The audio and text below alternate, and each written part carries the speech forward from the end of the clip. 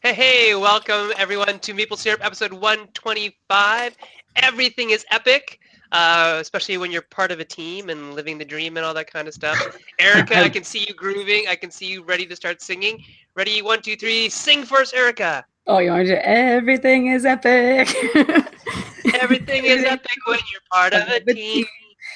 Everything is epic when you're living the dream. You can tell we watched the Lego movie way too many times. Yeah, kind of did.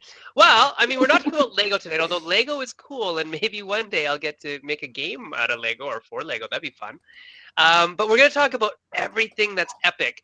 And we have no better guest than Chris Batarlis, who is the man behind Everything Epic, the company, to talk to us about how do we make games be epic. And to start off the episode, I have written a haiku. Because that's kind of epic, like epic poetry. All right, Here we go. Yes.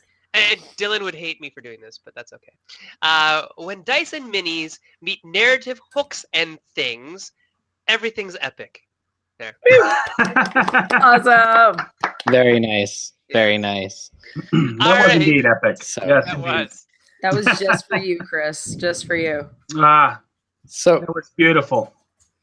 actually, I mean, just to get us into things, Chris, why don't you tell the Meeps in the audience a bit about yourself, Everything Epic, and why your company is called Everything Epic. Indeed. So I'm Chris Batarlis, president and owner of Everything Epic Games. We started the company almost 5 years ago already. Wow. Time has indeed flown. We started the game company from just a dream, just saying, I would really like to make a game about this thing. And so Secrets of the Lost Tomb, a 14 SKU, 14 box product was born from Kickstarter. Thank you, crowdfunding. And so after 13 Kickstarters, here we are. Yeah, lucky number 13. And we're about to do lucky number 14 coming up. This upcoming Tuesday, or Rambo, the board game. Oh, really? Like we actually got you right on time. Indeed. Yes, you have. That's kind of So, epic of us. That's pretty epic of us. We did a good this job. Is this First Blood? It's First Blood. It's Rambo 2, First Blood Part 2, and Rambo 3. So, it wouldn't be Super fun. epic if it wasn't the entire original trilogy. So, on that note, epic games are more than just what, I think academics think of as epic. I mean, we have epic things like going on an Odyssey, for instance, in ancient Greece, doing really gigantic things, or perhaps from what some people know as tiny epic things. Epic to everything epic means a little bit more or a little bit different from what I think some people may originally think. And it really what it is taking something almost to the next level with a passion that sometimes a little scary or a little bit more difficult than you may originally want to do from the vision, and making it happen no matter what it takes. And, that's kind of how we, so to speak, live the dream every day, making games. And, we really put our heart and soul and mind, body and spirit, into the games that we make. We want people to see that, in order to really connect with someone and to really make them feel like it's something that they would enjoy playing, spending tons of hours at a table with their friends, socializing together, all of those things really come back to making a game epic, and really, really putting that to the test. So, we don't just do everything alone. We have a lot of amazing people who we work with out here in the field, and amazing people that we see out there. And the reason why I have of the gamer, by the gamer, and for the gamer is because we make games that we would love to play. And those are things that we kind of dream about when we make games. We look at something, we say, wow, I really wish we could do this. And then we set out to try to make that happen. And sometimes it's extremely difficult, and it's sometimes an uphill battle, but we all push together as a team, and we do whatever it takes to try to make that happen indeed. So, what do you guys think about things epic? Well, we want to hear a bit more about some of the big stuff you're working on, because I mean, I think especially the audience will love to know the IPs that you're currently working on, talking about epic, especially if you're really into some cult films. So do you mind telling us a few of the really big ones you got? Indeed. So our first licensed game of all time so far was Big Trouble in Little China. And ever since I was a kid and co-designer Boris was young, we've loved that film. There was something special about Big Trouble in Little China by John Carpenter, and just that whole really, like, we're gonna go for it and make it happen. You know, we're not going to pull out the stops. We're not going to just like try to do a movie that everybody's just going to kind of like by whatever the standards of the time period, you know, just so happens to be. We're just going to say, you know what? Here's what our vision is. Here is an epic plot of going into this fantastic underground within Chinatown and just, you know, making it happen. So we worked for over a year straight to get this license. We set out to do it, and we did whatever it took. We partnered up with 20th Century Fox and Boom Comics, Boom Studios, and Flipside Studios, which does all of the graphic design and help co-design the game. And, of course, amazing folks like yourself to help to develop and play test and make Big Trouble in Little China, the game, which, of course, is certainly epic, with over 90 pages of story, narrative, quest book, double-sided gigantic game board, 40 miniatures, well over 40 dice. I mean, you know, we just had to have these things to truly make it the epicness that it was. And so Big Trouble in Little China, the game, was born. I mean, Epic story. Yeah. So, Chris, you're now doing this full time, right? Yes, indeed. I started off as an English teacher.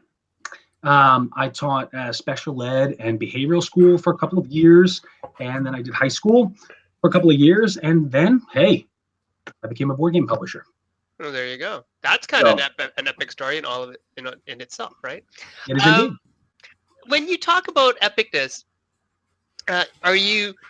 A lot of people are just going to hear about the stuff that's in the box, like, you know, X number of dice and X number of minis and big giant boards and blah, blah, blah, blah, blah. Is epicness just related to the number of bits and pieces that you have in the box? I mean, obviously it's not, but what are your thoughts on it? Yeah, I mean, you know, it's really about being able to kind of see through the components, past the components, and having them enhance that theme, that story, that narrative, that storytelling experience that goes on beyond the gameplay experience. When you sit down and actually play the game, you're telling a story, you're playing around and enjoying the game and making jokes with the game, laughing with the game, and really kind of getting immersed, almost sometimes role-playing within the board game itself. And again, it kind of just takes that theme to the next level. Each time you think, okay, you know, there's some story here, we make sure to add in that little extra thing that's there, not only for the fan, but also the board gamer, so that there's the mechanics that back up the theme, but also the story and the narrative that back up the theme. Okay. And so do you think that a small little game can be epic?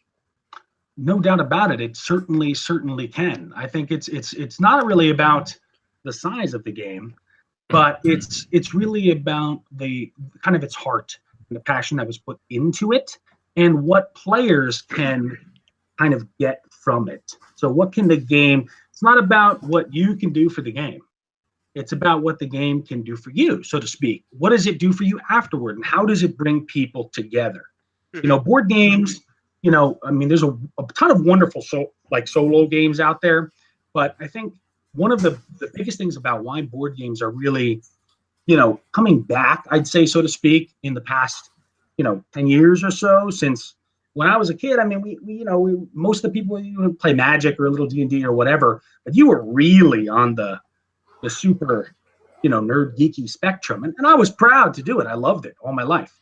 But But I think people are beginning to want to play board games again because they're so screen-based. The Black Mirror, the video games, all of the computers, the PC, you're so screen-based. When you get back to sit down with other people at a table, away from that, it's a way to escape and divert yourself from that. It brings people back together. I think that also is another thing that makes games epic.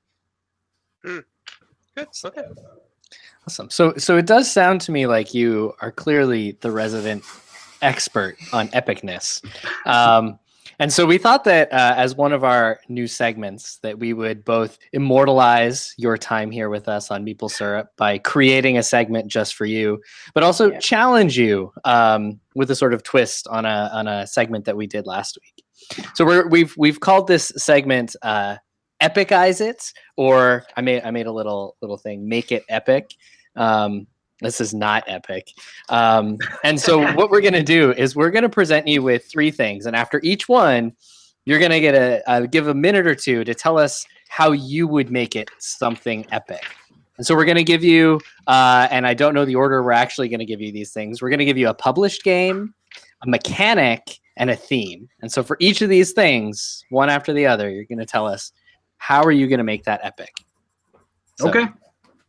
All right. Let's start with the published game, because then we can go more abstract. All All right. So here's the challenge.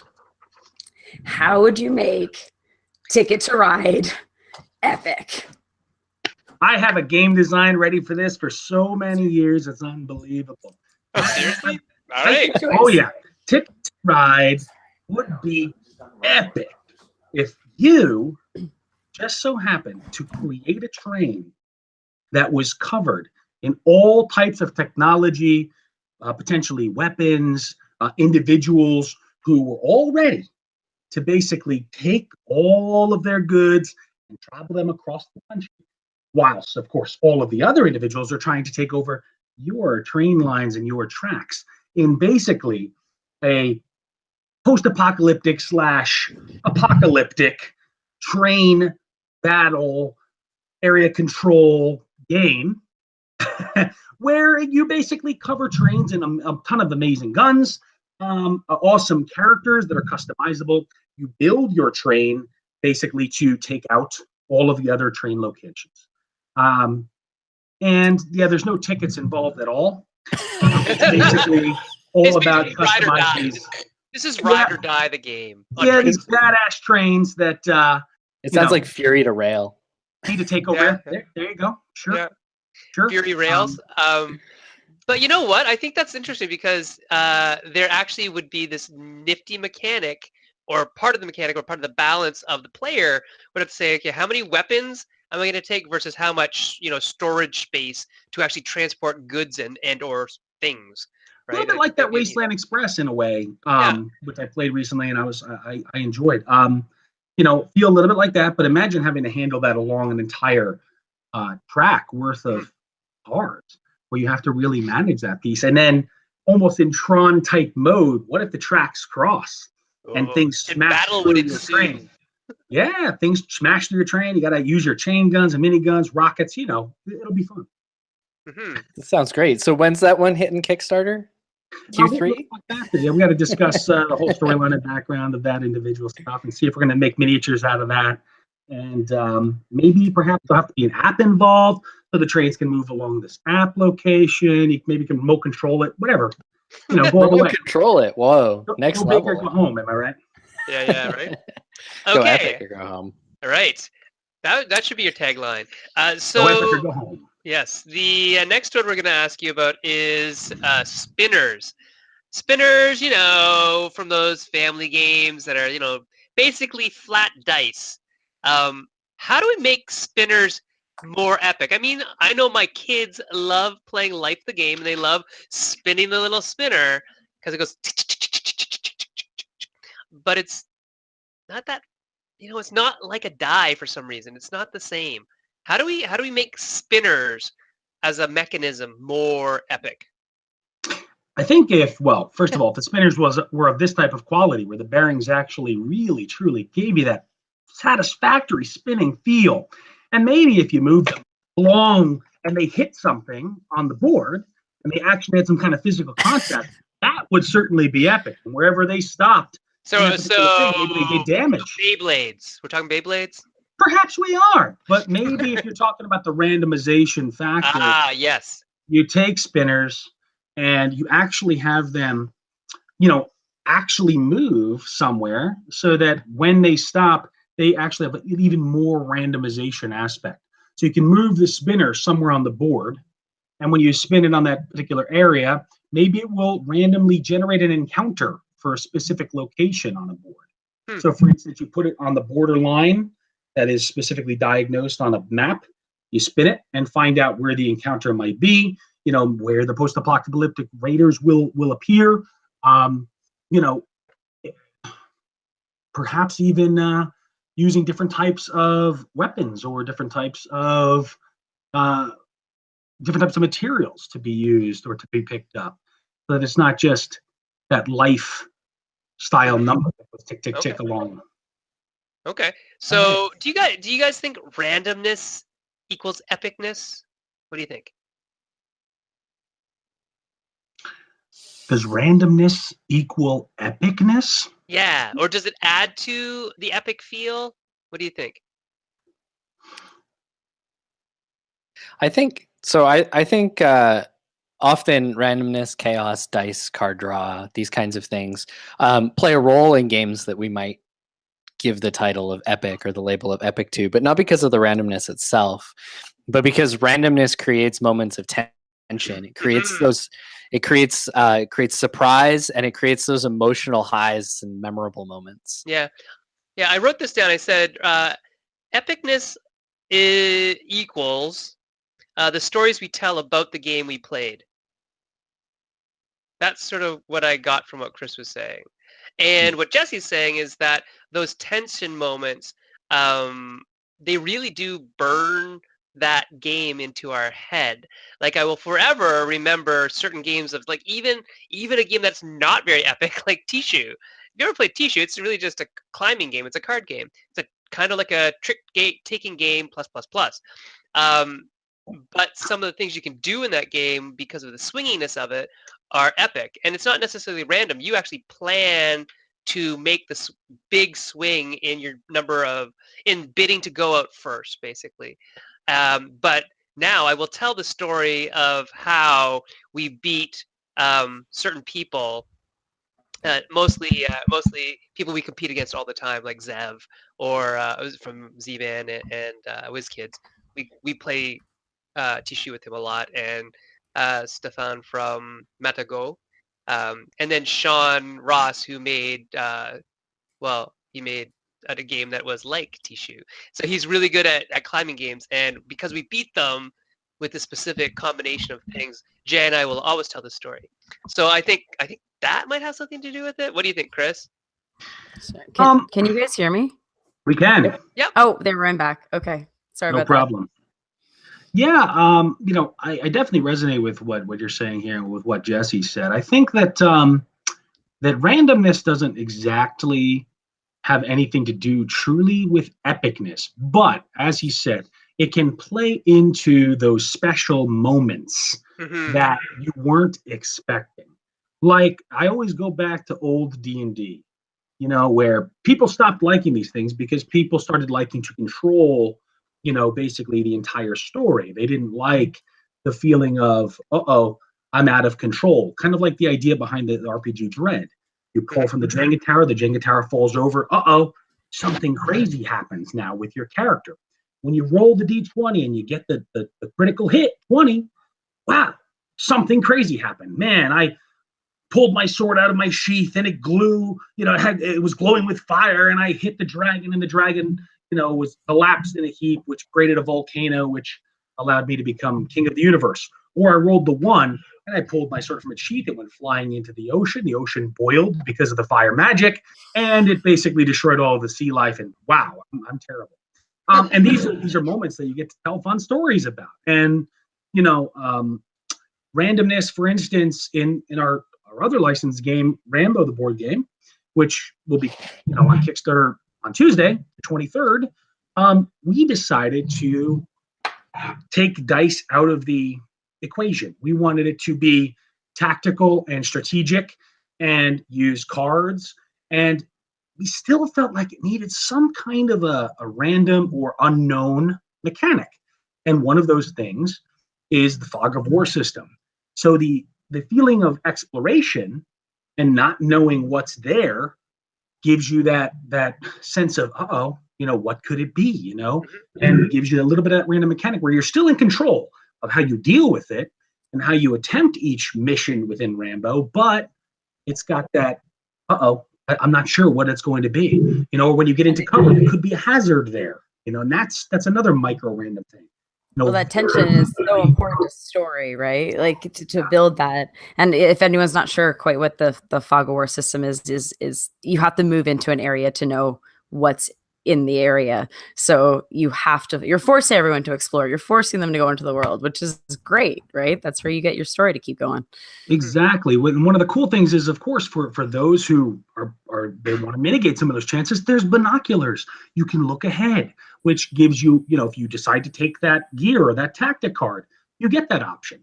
The game has stealth. So conceivably speaking, if you're really quiet, you don't go around shooting the M60 a lot, making tons of noise, which is, of course, by all means, you're right. And is the option that I often take. But there are many times when you want to go quiet in a mission. The stealth meter allows you to do that. But the idea is you choose how you want to go about it. These random elements are basically more in your control. And I think that that's kind of one of the routes that, gaming, or at least strategy or tactical gaming, is kind of going in, where you want to give a lot of control to the player, so that they can kind of tell a little bit more of the story that they want to tell, but still give them that tension aspect, so that randomness can make for better epic moments, but not disappointing or bad feeling moments. Yeah, I think you're thinking of randomness almost like a surprise rather than just truly random. Like, and I think that's I think that's a really fun way of looking at it. They're surprises waiting to happen, waiting to get you. Indeed. Mm-hmm. All right.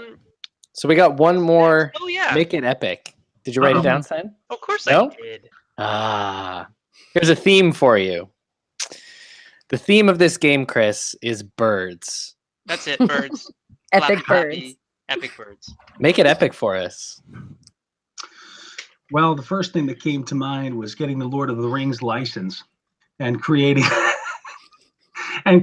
of course, a game about, the gigantic eagles, or the hawks, or I think they're eagles. They're eagles. I think they're eagles. The gigantic eagles, and basically playing as the gigantic eagles and traveling around Middle Earth. That was the first thing that just clicked into mind. But if we want to be, slightly more original, perhaps we find that birds are all a part of an ancient scheme or plot to watch over humanity. And every bird is a spy. And these spies report back information. And so we can create a social deduction about birds. And as we play the game, when birds show up, information is lost and transported to another player in the game. And so it becomes almost a symbol for lost or moved information. So I think you can do a lot of fun and epic stuff with birds, just on their own.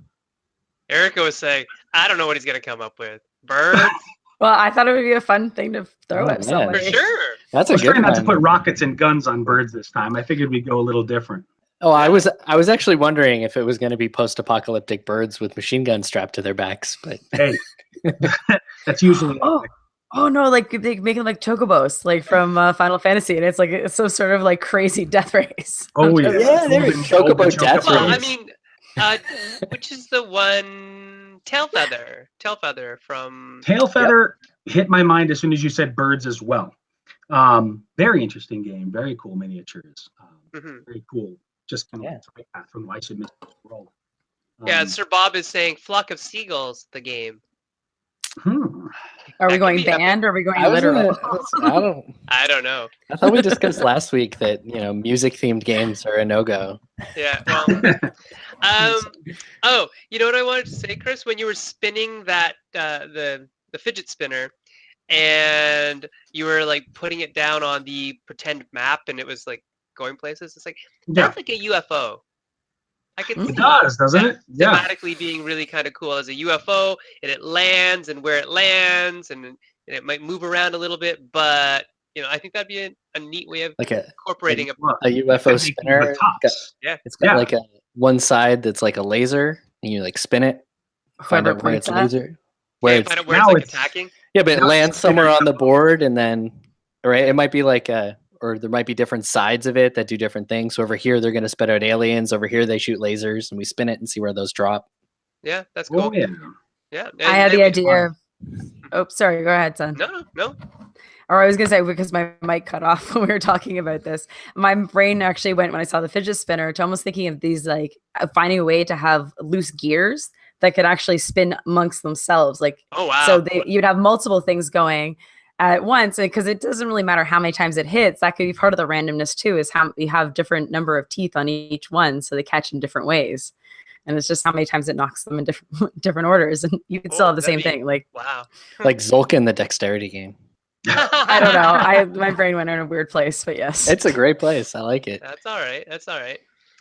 So we're coming up to the half-hour mark. This is good. We're kind of clipping along here. That's Uh, Good. Yeah. What other questions do we have for our good friend Chris? What do you think, Jess? So one of the things I noticed when you were talking about making things epic, was that there seemed to be a real tactile nature to all of the things you were talking about. You were talking about, well, until the birds. The birds kind of ruined everything, but I'm going to go with it. I'm a Damn those philosopher. I birds. selectively ignore data. You can have tactile birds. Yeah, You I may mean, yeah. touch the birds. You may touch the birds, right? That is, you were talking about, the trains, and I could imagine the trains, but not only imagine them the way the way you were describing the way these things looked. I could see the miniatures in my mind, and I could imagine myself, picking them up and placing them, and there's a certain tactile nature. And the same with the spinners, right? It seemed to be like the way that we make spinners epic is we let players touch them and play with them. How important is thinking about the way players touch the game and touch the pieces of the game to thinking to making things that actually leave that epic imprint that you're looking for? I think that the tactile, like the idea behind feeling the actual components, gives you kind of a connection to what you're doing. So when you go to pick up that die or that miniature or whatever it is, whatever you're using in the game, it becomes something that, even if it's just for a moment, it's kind of your thing that you are implementing. It gives you almost a sense of ownership over the actions you're taking in the game at that time. So it's like, I am doing this, and when I do it, I feel accomplished. I've done something, whether it's a major overarching success or not. It's almost the same feeling that you get when you go to an escape room, or when you go to a type of a live type of event like a LARP, or one of those kind of more of a live action get up role-playing game. When you discover something by physically finding it and putting your hands on it, like I found a key and it's in my hand, or I've unlocked a lock. Hey, it gives you almost that sense of discovery, or that sense of ownership over accomplishing something. And I think that physical components and feeling those things connect you to the thing. If you're playing kind of some of those children's games where there's no components, like duck duck goose, or put your head down, thumbs up, that kind of thing, I don't think you get the same connection without the people, and the people become those components. Does that make a little bit of sense? Yeah. Behind connecting yourself to the game. Mm-hmm. And I mean, I get it from even like chess, right? Chess by itself isn't necessarily an epic game, but it can be. That feeling that you get when you take a piece and you kind of knock it off the board, or when the person submits and says, checkmate, and puts their king down. I mean, that tactileness, that visualness is really quite epic, right? It burns that feeling into your brain in different senses. Oh yeah. Right. So. Oh yeah, and like, well, what about when you make a move and then you take your hand off the piece?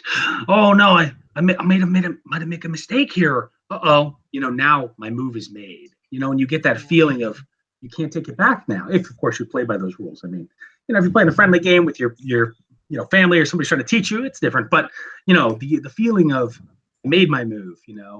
I passed the first player marker. I've done something. Something occurs. There's something final about it. I wonder, Jessey and Erica, if that kind of leads to some of the popularity or the feelings that people like about like legacy games, right? When you open that envelope, that discovery, you pull open the box, or when you have to choose between two things and you can't go back. So I think it's playing on both that. It's both tactile and incredibly mental. And what if you made the wrong choice? And I think that's really what it is. And kind of maybe even connecting back to what Chris was originally saying about, role playing in D&D is you can make a bad choice and everything can go horribly, horribly wrong. And that can, Legacy opens up that door too, but in a kind of different form. Yeah.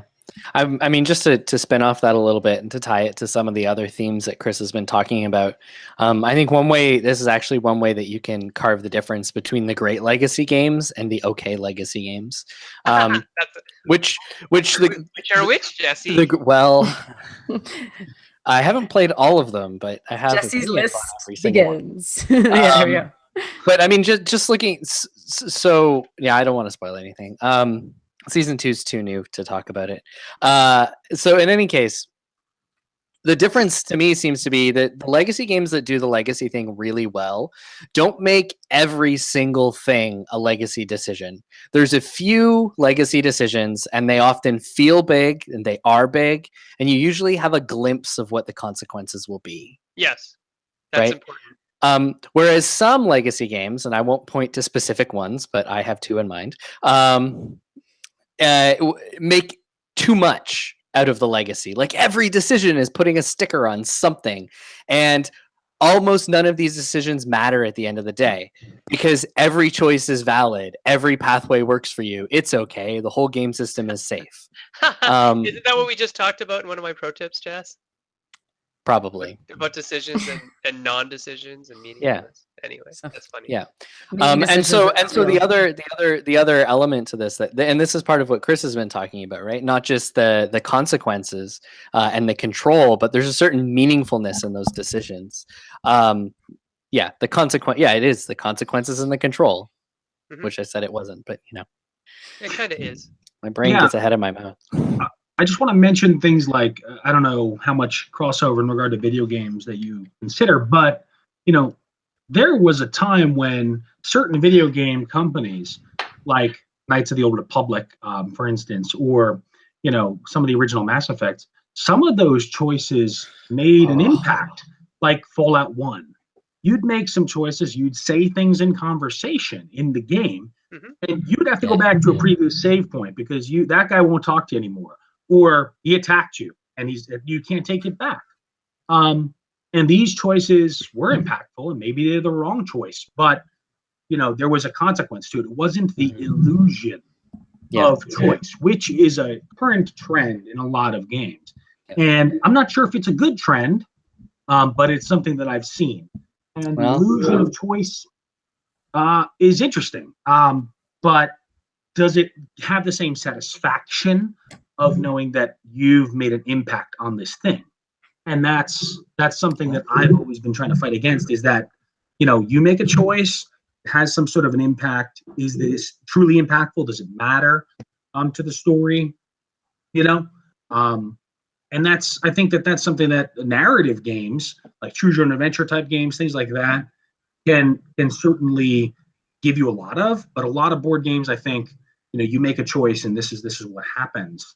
And for certain ones, I think it matters, but, for video games these days, I've noticed a lot of that trend, and I know it's starting to play in to the board game world. Yep. It reminds me a lot of choose your own adventure. You had to keep your finger in that page because if you picked the wrong route, you knew you had to go back.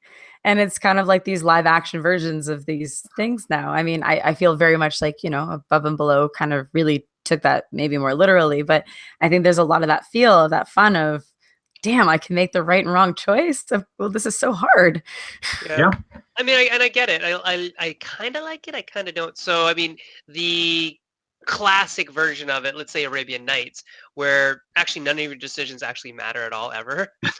Because they really don't. The story makes no sense whatsoever. Except when you look into that stream. If you look into that stream, it changes your character for the rest of the game. And no, I'm not going to spoil what it is, but if you played the game, you probably know. You may have looked into that stream. Yeah, don't look into that stream. Or maybe you should. No, well, it's up to you, I guess. But what was I talking about? Oh, yeah. So, a lot of that, is it control of the narrative or is it an illusion of control of the narrative? If it has no effect on the game, or if the decisions, like in, say, a game like Scythe, I think this might have been what we were talking about, Jesse. In a game like Scythe, where you have a choice, but none of the choices are actually, they all kind of wash out in the end. Like, it's like, oh, you lose one of these, but gain 3 of those. Or it's usually the opposite. You lose 3 of these, but gain 1 of those other resources. And most of the time, is that a real choice? Is it an illusion of choice? And do these illusions of choice add to an epic feel? Do they take away from the epic feel? Is it once you pull the curtain back and look at the Great and Wonderful Oz that, oh, this is not as epic as I thought it was? What are your thoughts on these things? Chris?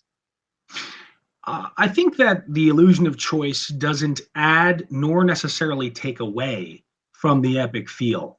But in the fact that it doesn't add, it's space that maybe isn't used to its optimal performance. So for instance, when you're making a choice and it just mechanically gives you something, it doesn't add to something that you will remember beyond the game.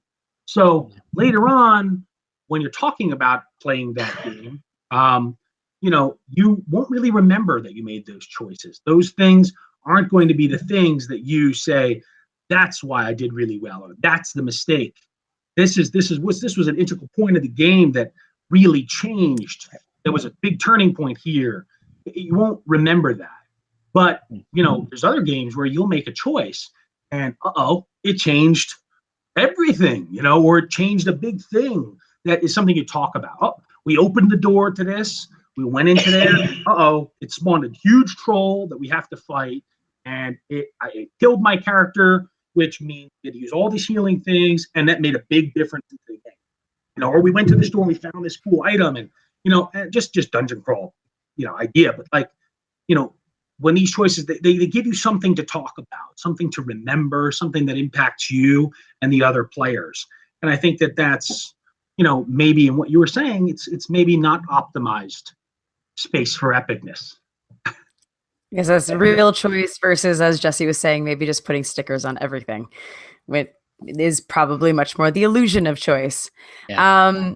So I was going to say, we actually have a question from our YouTube feed right now from Sir Bob.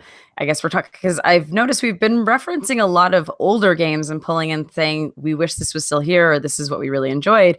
So interestingly, this kind of going the other direction is what would be the next epic trends in publishing games or published games? Where does this going next? Rather than, I guess, we really have been talking a lot about feeding from the past. Chris is thinking. Is that yeah? Well, sorry to stop. Yeah. No. I feel I get a sense that people want a little less of the crunchy mechanic, but more of the impactful essence of a theme or a potential strategic ideal. So people want to feel that they're making an impact without having to process a ton of knowledge. Therefore, the idea is you're either maybe in the realm of a storytelling or a role playing where you're pushing into that way, or you're focusing on the strategy and using the surroundings of the game to create that epic feel. I know that's a little bit more abstract, but the idea comes not necessarily from the mechanic, but from the intent and the feelings that the players get. So where does this epic trend come from? I think that it comes from basically the feelings the player gets when the player plays the game. So how do we get those feelings? We want to get to them a little bit faster. We want them delivered in a more smooth way so that we can do more of the thing that makes us, the player, feel epic. Yeah, I've noticed the narrative has become much more important.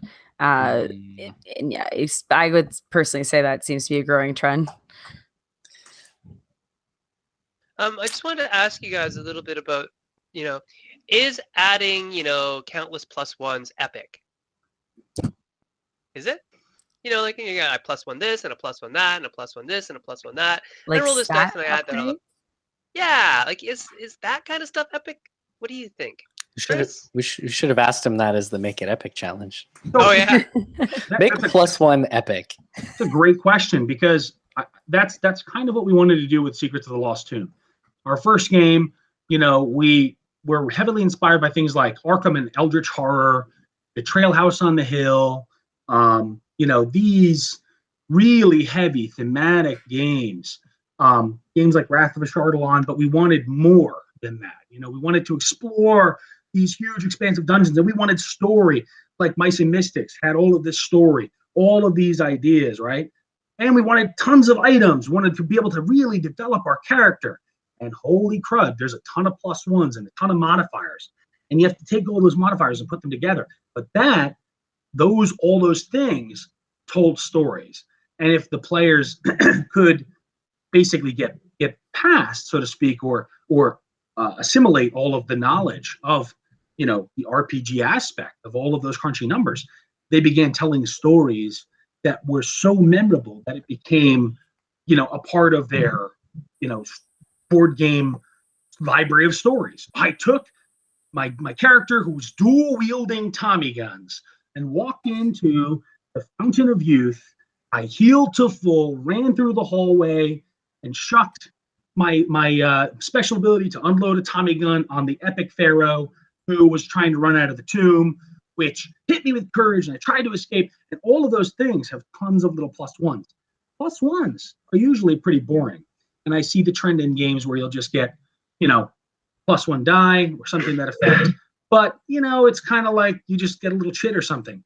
But when it's attached thematically and you can use it to help tell that narrative or that tale with it, that calculation becomes worth it because it becomes part of what you're doing. Mm-hmm. Awesome. Yeah. So I mean, yeah, I because I don't come up with these things very often, but I thought of a cute little quotable throughout your last couple of comments, Chris. So I just wanted to share it with everybody. Sure. I could put it on a t-shirt. I won't collect royalties. Hashtag board game design tips. Hashtag board game design. Oh yeah, actually, Sen, you could just use this as your tip tomorrow. Yeah, there we go. Start adding them. There you go. Meaningful choices can create memorable moments. That seems to be a big lesson that we've got from this, right? We often talk about these two things separately when we're talking design, but I mean, one thing that's come through very clearly in this is that these things are deeply tied together. All right, so I think now is a good time to shift into our last segment, which we are calling Hidden Gems, maybe multiple. We'll see how we go. So I need like theme music for all these things. I'll get on that. I mean, yeah, we got super high tech screen transitions. We just need that music. High-tech. Yep.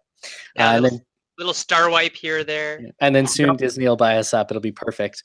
All right. So, in Hidden Gems, what we're going to do is we're going to do some digging and find some games that for one reason or another miss the limelight that we, the person who's bringing up this game, thinks should have been a much bigger splash than it was when it was originally released.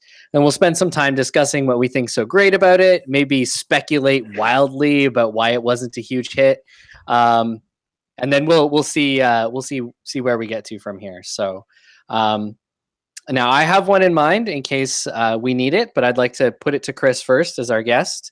Is there a hidden gem that comes to your mind, a game that you thought was awesome, but completely missed its landing when Maybe it was even released. epic. You might have even thought it was epic.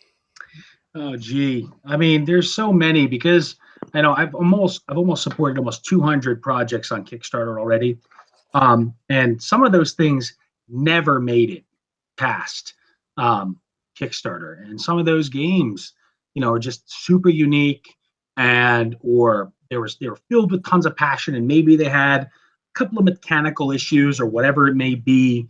Don't get me wrong, some of them were, oh boy, like unplayable, but that happens. It's not making games is difficult.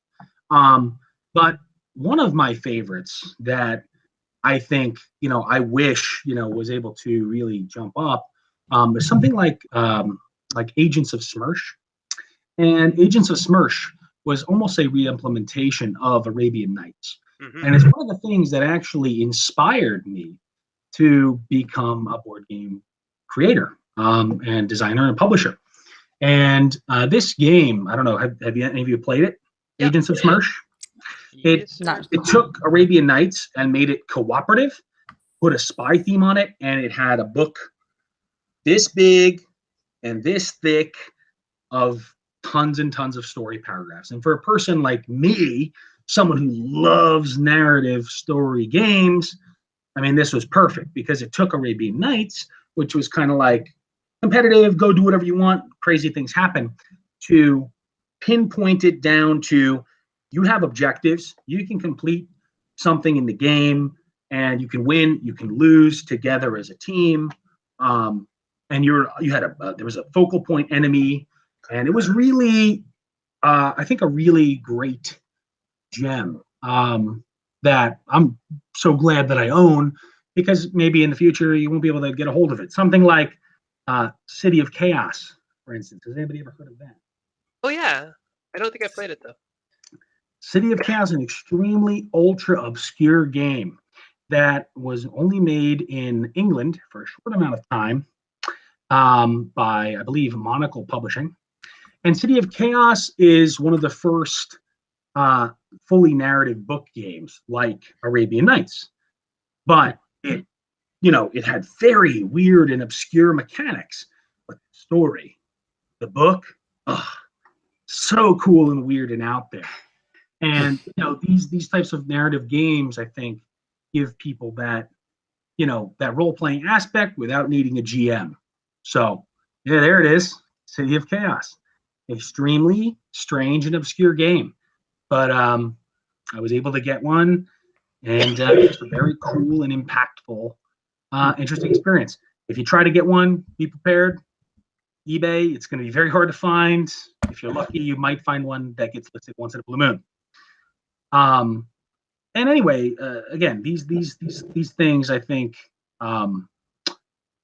do things that they don't necessarily do things that they think everybody's going to want. They do things with passion that they know that certain gamers that feel and resonate with these types of things will love. That's what I think makes these hidden gems. Yeah, Kickstarter is going to be an interesting one. I think, especially because of the fact that something could be there is literally only 1,000 in existence of this game, or 500, and it may be sad to think how much might be missed out on. Well, who knows? Maybe they won't stay hidden. There does seem to be a lot more companies that are working to continue to pick these things up and resurrect them. So, if you're okay, I'll go into mine because store them even. Oh, sorry. Or yes.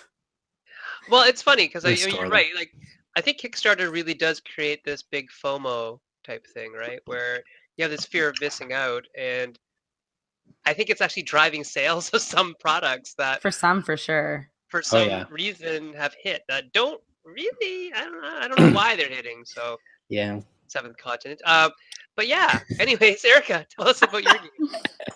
Well, it's funny because we've been reflecting a lot on the past. So when I was thinking hidden gems, I started thinking all the things that I miss because they don't exist anymore. Like, because obviously things have been out of print forever, or they had the one-time run because they might be connected to something like an IP. So one of the ones, funny, and Jesse and I were just laughing about a little earlier was Pac-Man the game, if anyone remembers this, because it probably existed for about a year. And it was actually a motorized Pac-Man going around eating marbles because everything in the 80s had to have marbles. But it's a licensed game, but it was a really ridiculously cute, fun licensed game because obviously you're running away from Pac-Man, but it was fun in that sense. And then another one I was thinking about, and I guess I had toys on the brain, was crossbows and catapults. I was like, I miss games like that. I guess going back to that tactileness, right? Yeah. Maybe it's not so decision-based, but at the same time, that really fun tactileness that I kind of miss. So things that, you guys that we just played it this weekend. We broke out our old set and played it on the weekend. And did you have fun? Oh yeah, of course. I love hitting my kids in the eyes with plastic. Choking hazards. But choking hazards are epic. No, they're not. Official statement. Jesse, what's your game of choice? Oh, the game of that I had in mind was Empires of the Void. Oh yeah, yeah. Which I think I might be the only fan of. I met Ryan Laukat, the artist and publisher designer of the game, at Gen Con 2 years ago, and I saw his booth and he was advertising, I think, Islebound at the time.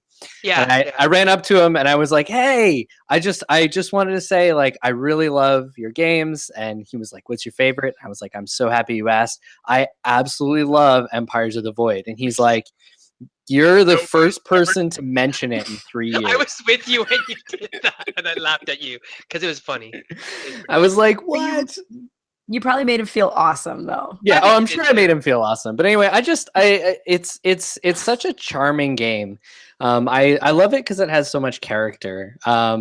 It's like a TI4 style of thing, but it plays in 90 to 120 minutes, so it's significantly shorter. And one of my favorite things, I have two things that I love about it. One is a mechanic, which is that for combat is basically just Nexus Ops combat. You have different ship. It's the exact same dice system though, where you just move up the speed chart and then every hit has to be assigned by the defender. So it creates this like interesting decision about how you build your fleets. Do you spread your ships out and go like really wide so that you can cover lots of the space? Or do you create nice compact fleets to protect your big ships with your small ships so that you can just start punching through stuff? So mechanically, I find that really fun. And then the other thing that I love about it is the little bits of character that it has. There are all these planets, but every planet has a unique race associated with it. And he made a little card for every planet that's got a picture of the race and is a little reminder of information that's already on the board about like what resources that planet produces. It's got a little story about the race and they have a picture. And when you take over a planet, you get to take that card and hold it. And if you make friends... No. And if you make friends with the race, this is another mechanic I love that also is thematic, is that you can go into planets and you could just bombard them, get their resources, and then move on. Or you can go in and you can be diplomatic and make friends with them. And if you make friends with them, you get access to the unique tech that race offers. And it's just, I find it so much fun, but I'm apparently the only one that loved it as it originally was, because he did Empires of the Void 2 last year, and it's basically a completely different game. So. But I mean, all of those things that you talk about are highlight, like hallmark Ryan Lookout things, like those little character cards and whatnot. That's what I think people are drawn to his stuff, because he puts so much love and effort into the backstory of his games that a lot of them actually have no game impact at all, but they draw you into the world, which is perhaps epic, right? Yeah. I'm going to talk about the game that I like, which is not epic at all. Well, I mean, it could be, but it's not like, there's no story, there's no IP involved. The game that I'm particularly going to talk about is this one. This is Careless Magnus. Careless Magnus is a game by, oops, that's somebody playing Careless Magnus, by Leo Colovini. And I have this big thing for a few designers. So Alex Randolph, Leo Colovini, Sid Saxon. So a lot of the more old school designers I'm a really big fan of for some reason, maybe because I'm ancient. but this game. For a period of time, all I had was 3 people to play with. It was literally, I need games that play really well with 3 people. And this was one of them. And there's this really neat mechanic in Careless Magnus where you ostensibly are controlling paladins. Now they're cubes, of course. You're just pushing cubes. But as you control the land which you'll see here, which are these hex-shaped things, they combine and get closer and closer together. So the area control becomes different as the different pieces of land glom together. The different, I don't know what they are, counties or duchies or whatever come together, and your paladins then have to, be the majority in that bigger glom now. Anyways, it's a really cool game that I quite enjoy. But the thing is, I don't think anybody else has ever really played it that I know of, other than people that I've made play it. So I feel like more people should play it. It also has these really cool pink cubes, which I think Jessey might like. So. Yeah, I want to play this game because it has pink pieces. Right? It never happens. Yeah, but again, it's not that. It really isn't that kind of game where you're going to talk about, and then I rolled these, because there's almost no randomness in it. It's all really cerebral decision-based stuff, which isn't, that meaty in terms of theme. But it's a very cool game from a mechanical standpoint, which is, I think, what I like better. Anyway, I think we're about done. We're running up to the 11 o'clock hour. So, Yeah. Jessey, you want to lead us out? Sure. All right. So, Chris, we have a tradition here at Meeple Syrup. We got one question that we always ask our guests at the very end to close it out, which is that if you had the opportunity to give one piece of advice to every designer out there, new or old, what piece of advice would you give to designers, game designers in the world? I mean, I can talk business advice and game design advice and all that kind of thing all day long. But I think that the most important thing to remember when you make a game, taking notes, is that at the end of the day, when you've made the game, you need to want to actually play the game when it's done.